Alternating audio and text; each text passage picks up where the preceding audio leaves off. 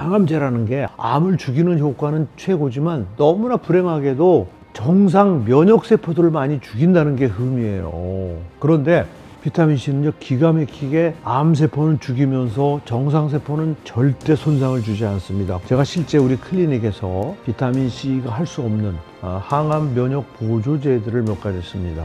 저는 암 환자들에게 꿀을 권합니다. 많은 전문가들이 꿀은 당이기 때문에, 암이 당을 좋아하기 때문에 꿀을 먹으면 안 된다라고 암 환자들이 얘기하는데, 이거는 정신 나간 겁니다. 정말 그건 말도 안 되는 거예요. 암 환자들 그걸 죽으라는 겁니다.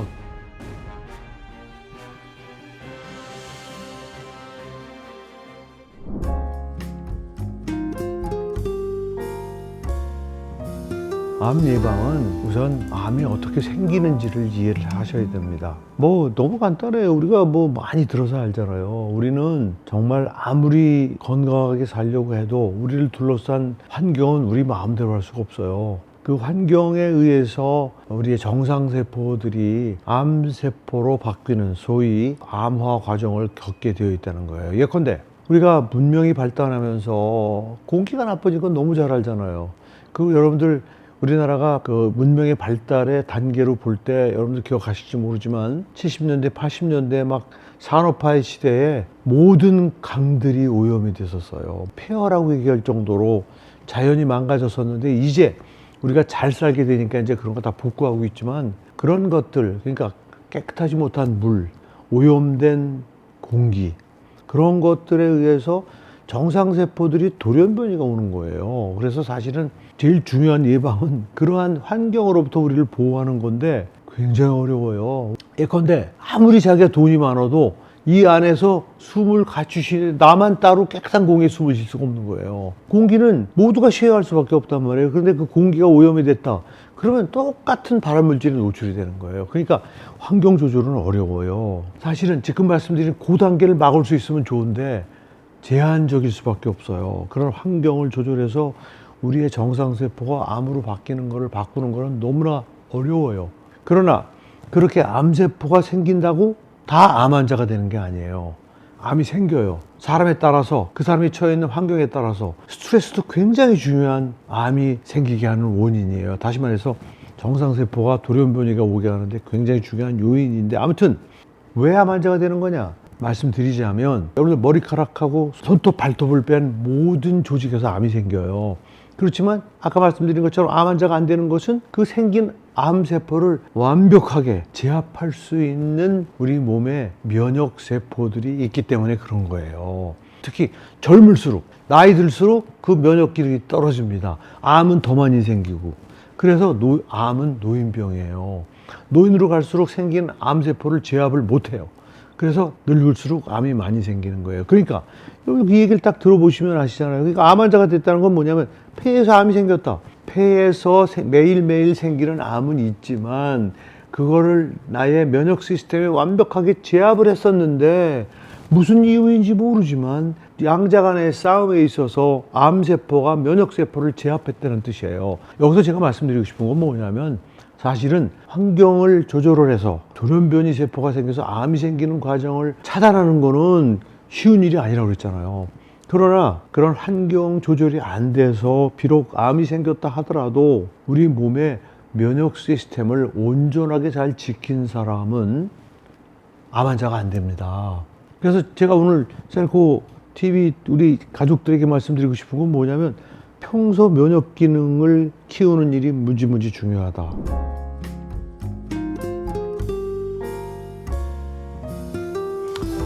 이게 비타민C의 특성을 간단하게 설명하면요, 비타민C는요 기가 막히게 암세포는 죽이면서 정상세포는 절대 손상을 주지 않습니다. 거꾸로 비타민C가 암세포를 죽이면서 동시에 면역세포들은 자극을 해서 오히려 기능이 올라가게 만듭니다. 그런데 한 가지 흠은 비타민C가 암을 죽이는 속도가 늦다는 거예요. 그래서 지속적으로 오랜 기간 치료를 해야 된다라는 그러한 단점이 있기는 해요. 예컨대 지금 대학병원에서 하는 항암 치료는요, 암을 죽이는 효능은 최고입니다. 항암제라는 게 암세포의 특성을 잘 이해해가지고 그것들을 기가 막히게 죽이는 거거든요. 그래서 암을 죽이는 효과는 최고지만 너무나 불행하게도 정상 면역세포들을 많이 죽인다는 게 흠이에요.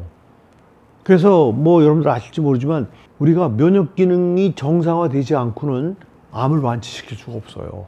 암세포만 다 죽이면 끝이 나는 게 아니라는 걸 우리 가족들은 이해했을 거예요. 왜? 암세포가 다 죽어도 다시 암세포는 생겨난다는 거예요. 모든 장기에서. 그럼 그걸 해결하는 게 뭐라고 그랬어요? 나의 정상적인 면역 기능이라고 그랬어요. 그렇기 때문에 일단 항암제가 내성이 생기면 그 다음에 암의 진행은 무지무지 빠릅니다. 그래서 많은 말기 암 환자들이 일단 항암제 내성이 생기면 굉장히 빠른 시기에 생을 마치는 것을 많이 목격하게 됩니다. 우리 가족 여러분들이 그런 걸 이해해 주셔야 돼요. 그런데 비타민C는 암을 죽이는 효과는 항암제 같지 않지만 그러나 면역 기능과 손상된 정상 조직을 회복시키는 능력이 있기 때문에 저는 항암 치료와 비타민C 치료를 병행했으면 좋겠다라는 그러한 조언을 암 환자들에게 하고, 실제 저는 그렇게 치료를 하고 있어요. 대학병원의 항암 치료와 비타민C 치료를 같이 하십시오 하는 치료를 합니다.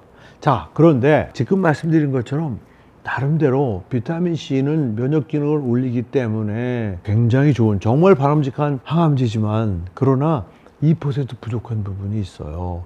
그래서 저는 사실은 이제 뭐 제가 실제 우리 클리닉에서 비타민C가 할 수 없는 항암 면역 보조제들을 몇 가지 씁니다.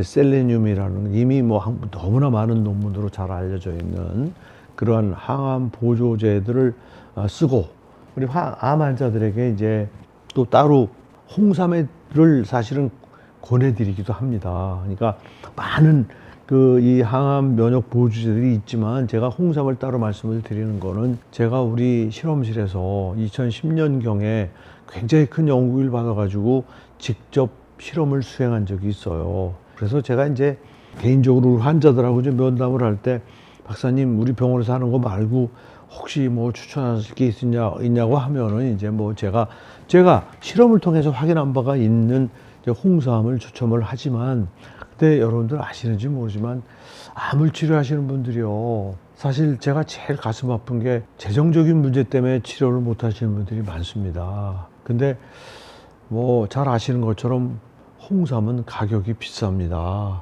그냥 싸게 모든 사람들이 그냥 이 암을 예방하거나 치료하기 위해서 쉽게 복용하기는 어렵다는 얘기를 내가 누차 말씀드렸어요. 아시잖아요. 뭐 항암 기능이 있는 좋은 것들 많아요. 그렇지만 그 가격 때문에 그거를 실행할 수 없으면 그건 정말 화가 나는 일인 거예요. 예컨대 저는 솔직히 말씀드려서 뭐 홍삼 제품을 저도 매일 먹고는 있지만 저한테 선물이 진짜 많이 들어와요. 근데 홍삼 제품이 너무 많이 들어옵니다. 맨 처음에는 사실 가지고 있다가 6개월이 지나서 버리곤 했는데 2010년에 연구를 하고 나서 그거 결과를 보고 나서 이거 뭐야, 이 홍삼 제품 우리 집에 있잖아. 그래서 그때부터는 제가 그걸 직접 에브리데이 먹습니다. 아침에. 그렇기 때문에 제가 전국을 다니면서 비타민C만 강의를 한 이유는 뭐냐면 비타민C만 항암 기능이 있기 때문에 그런 게 아니에요. 비타민C가 너무 싸거든요. 그래서 누구나 복용을 할 수 있기 때문에 제가 얘기를 하는 거예요. 그래서 한 가지에 너무 이렇게 저기 하면 안 되고 좀 이렇게 가슴을 열고 내가 암 예방을 포함한 건강 유지를 위해서 내가 어떻게 하는 게 좋을 것인가 하는 것은요, 여러분들이 실천 가능한 모든 그런 방법을 동원하되 자기가 실제 그것을 사서 복용할 수 있는 그런 것들 찾아서 잘 하셔야 되는데, 제가 그런 과학적 근거가 있는 것 일부를 여러분들에게 소개를 드린 거예요. 그래서 실험을 통해서 그래도 나름대로 제가 자신 있게 얘기할 수 있는 것으로서 홍삼을 여러분들에게 잠시 소개시켜 드렸는데, 잘 지혜롭게 선택해서 여러분들의 암 예방을 위해서 노력해 주시면 좋겠네요.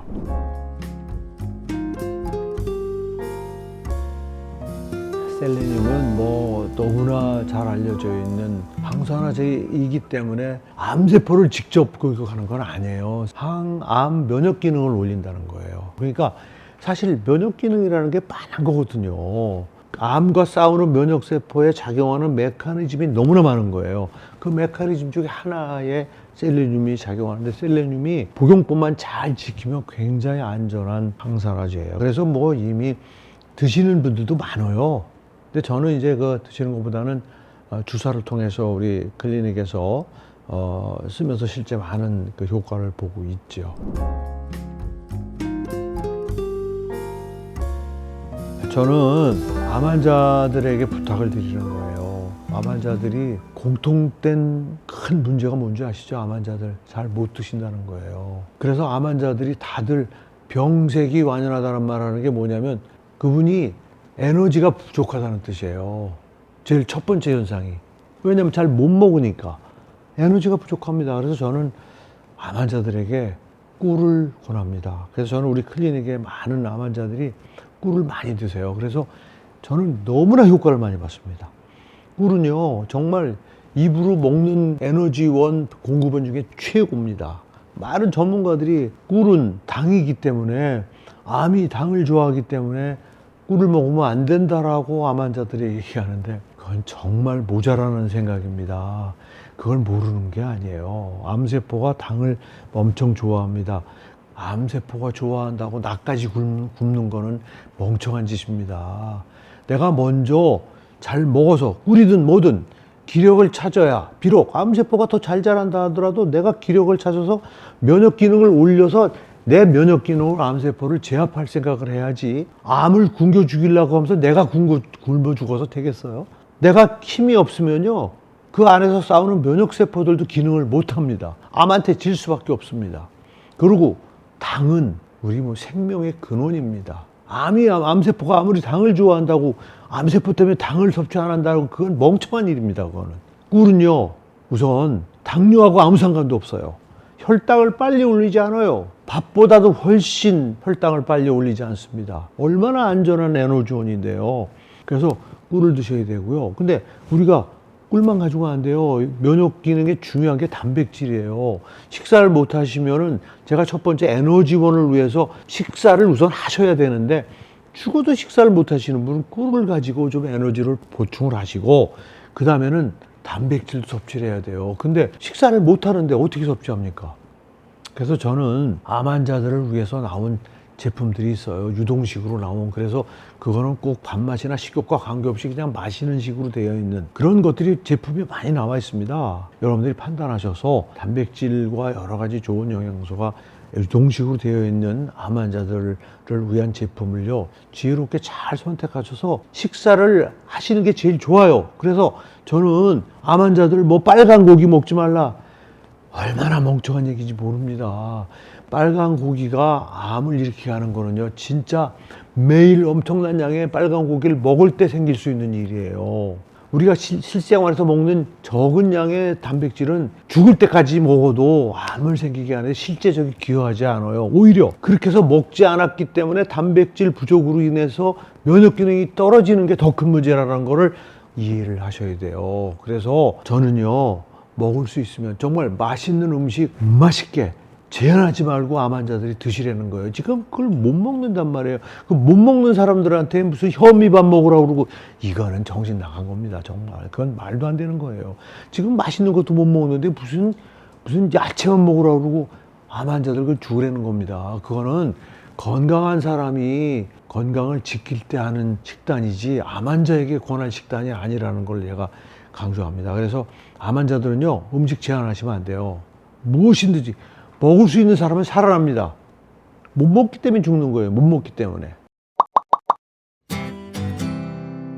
2025년을 정말 여러분들이 희망을 가지고 저는 맞이하시길 바라는데, 여러분들 그러면 좀 이 살아있는 지식이 여러분들을 지배하게 됩니다. 저는 제가 한 4년 전부터 암 환자들을 돌보면서 너무나 잘못된 지식들을 가지고 오신다는 사실에 정말 너무나 가슴이 아픕니다. 그래서 그분들이 실질적인 생명을 지키느냐 못 지키느냐 그런 크리티컬한 그러한 상태까지 가는 걸 볼 때 저는 정말 너무나 가슴 아픕니다. 그래서 2025년에는 여러분들의 건강을 지키시는 2025년 큰 건강의 축복을 받는 여러분들 되길 바라면서 오늘 강의를 마치겠습니다.